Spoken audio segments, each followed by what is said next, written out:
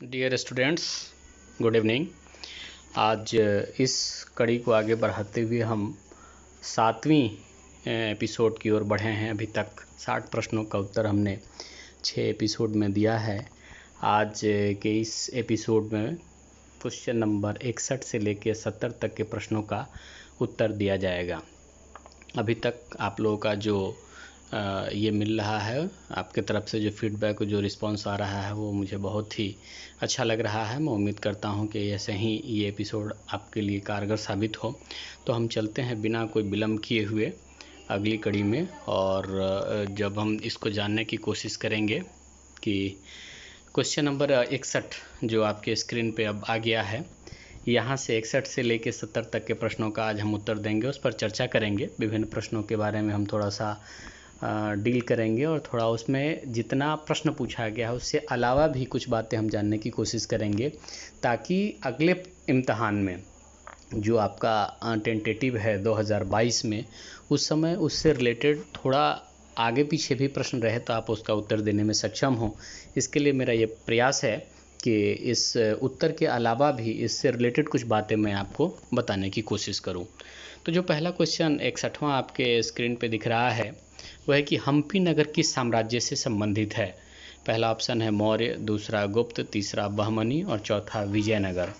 तो ये इसका सही उत्तर है विजयनगर। विजयनगर बिल्कुल सही उत्तर है। 1336 ईस्वी में इस साम्राज्य की स्थापना हुई थी। हरिहर और बुक्का नामक दो भाइयों ने इस साम्राज्य की स्थापना की थी।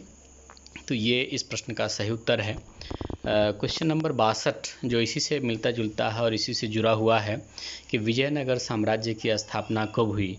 तो अभी जो पिछले प्रश्न का उत्तर दिया उसी में मैंने इसका उत्तर दिया है 1336, यानी डी इसका सही आंसर है कि विजयनगर साम्राज्य की स्थापना 1336 ईस्वी में हरिहर और बुक्का नामक दो भाइयों ने किया था। इसके अलावा इसमें कई वंश ने शासन किया। ये दोनों संगम वंश के थे। इसके बाद तुलु वंश आया, सालू वंश आया, इस तरह के 4-5 वंशों का उस पर शासन है, जिस पर विस्तार से आप किताबों में पढ़ेंगे तो विस्तृत चर्चा उस पर आपको मिल जाएगी। इसके अलावा उसमें एक और चीज़ जो आपको जानने की ज़रूरत है कि विजयनगर साम्राज्य और उसी से सटा हुआ ये बहमनी साम्राज्य था। तो इन दोनों साम्राज्यों के बीच जो तुंगभद्रा और कृष्णा नदी के बीच का जो क्षेत्र है, जिसको दोआब, रायचूर दोआब के नाम से जाना जाता है, इस दोआब क्षेत्र के लिए, चूँकि ये बहुत ही उपजाऊ भूमि थी, इसके लिए विजयनगर और बहमनी साम्राज्य के बीच कई बार संघर्ष हुआ है।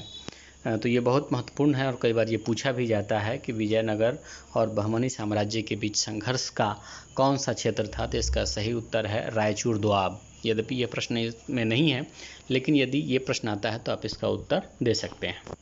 क्वेश्चन नंबर 63 इसमें लिखा है कि अमुक्तमाल्यद किसने लिखा था। तो अमुक्तमाल्यद तेलुगु साहित्य की एक रचना है। इसका सही उत्तर है कृष्णदेवराय। ये भी विजयनगर साम्राज्य के शासक थे। इनका जो कार्यकाल है, इनका जो शासनकाल है, उसको तेलुगु साहित्य के लिए स्वर्ण काल माना जाता है।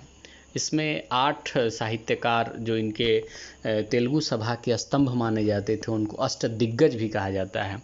तो कई बार इससे भी प्रश्न पूछा जाता है कि अष्टदिग्गज किनके शासनकाल में था या किस भाषा के विकास से संबंधित था, किस भाषा साहित्य से संबंधित था। तो ये अष्टदिग्गज कृष्णदेवराय की हुई स्थापना थी और ये तेलुगु भाषा के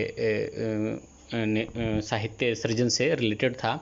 और उसी के दौरान कृष्णदेवराय, जो खुद ही तेलुगु भाषा के बहुत अच्छे जानकार थे, कवि थे, तो उनकी ये रचना है अमुक्तमाल्यद। जो क्वेश्चन नंबर 64 आपके स्क्रीन पे दिख रहा है कि आयंगर व्यवस्था संबंधित थी मुगल साम्राज्य से, विजयनगर साम्राज्य से, बहमनी साम्राज्य से और दिल्ली सल्तनत से। तो इसका सही उत्तर है विजयनगर साम्राज्य से। आयंगर व्यवस्था मूल रूप से जो स्थानीय स्वशासन का जो कंसेप्ट है, जैसे अभी वर्तमान समय में जो पंचायती राज व्यवस्था कहते हैं, इसका आप इतिहास देख सकते हैं विजयनगर साम्राज्य में। और ये आयंगर व्यवस्था मूल रूप से गाँवों के प्रशासन को देखने के लिए कुछ 12 लोगों का एक समूह था, जिसको आयंगर कहा जाता था, और गांव के प्रशासन की जिम्मेदारी पूरी तरह से इन्हीं के ऊपर थी।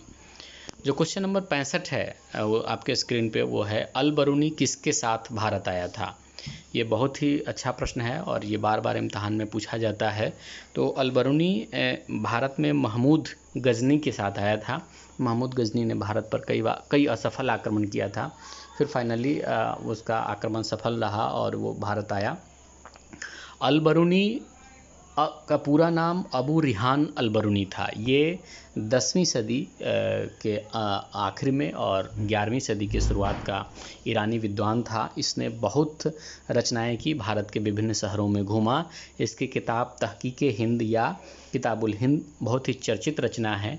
इसमें विभिन्न विषयों पर खगोल विज्ञान, इतिहास, रसायन, भौतिकी, तमाम विषयों पर उसने लिखा।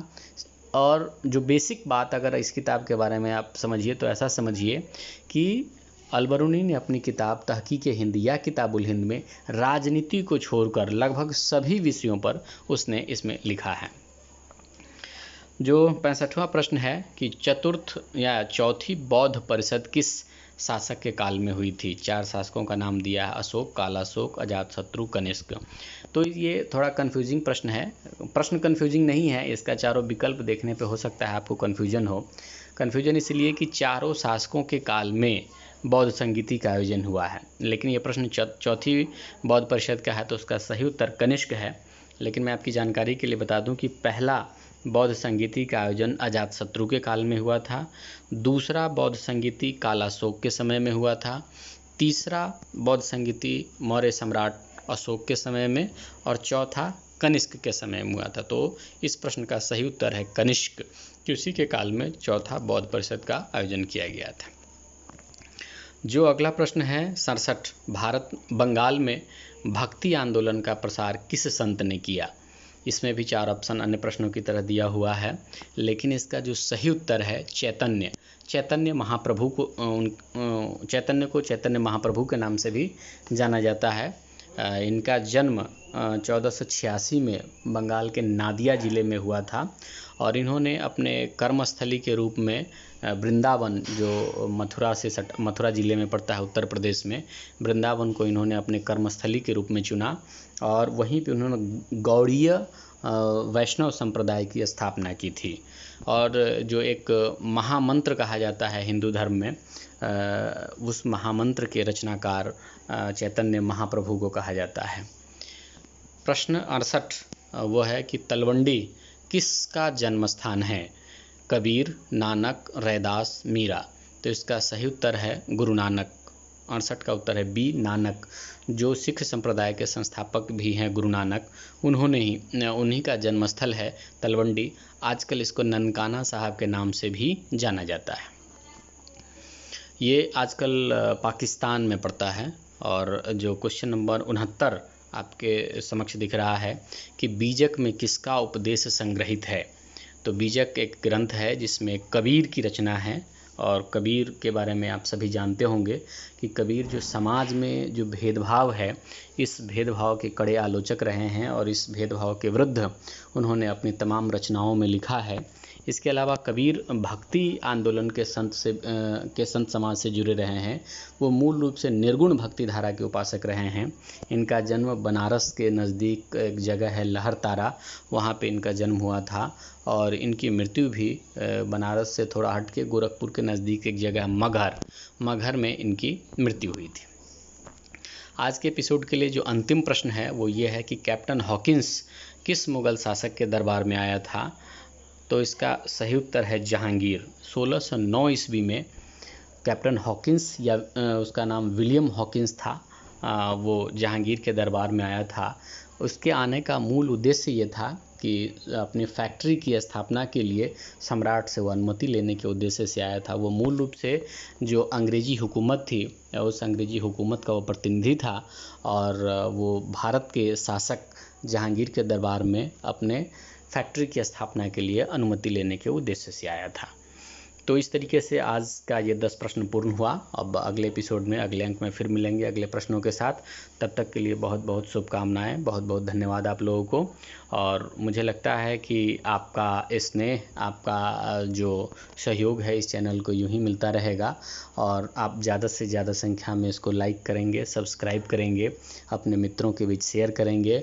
और यदि कुछ कमेंट, अगर आपको कुछ, आपके मन में कुछ विचार चल रहा हो, कुछ आप सजेशन देना चाहते हो, तो आप कमेंट बॉक्स में भी लिख सकते हैं। बहुत बहुत धन्यवाद।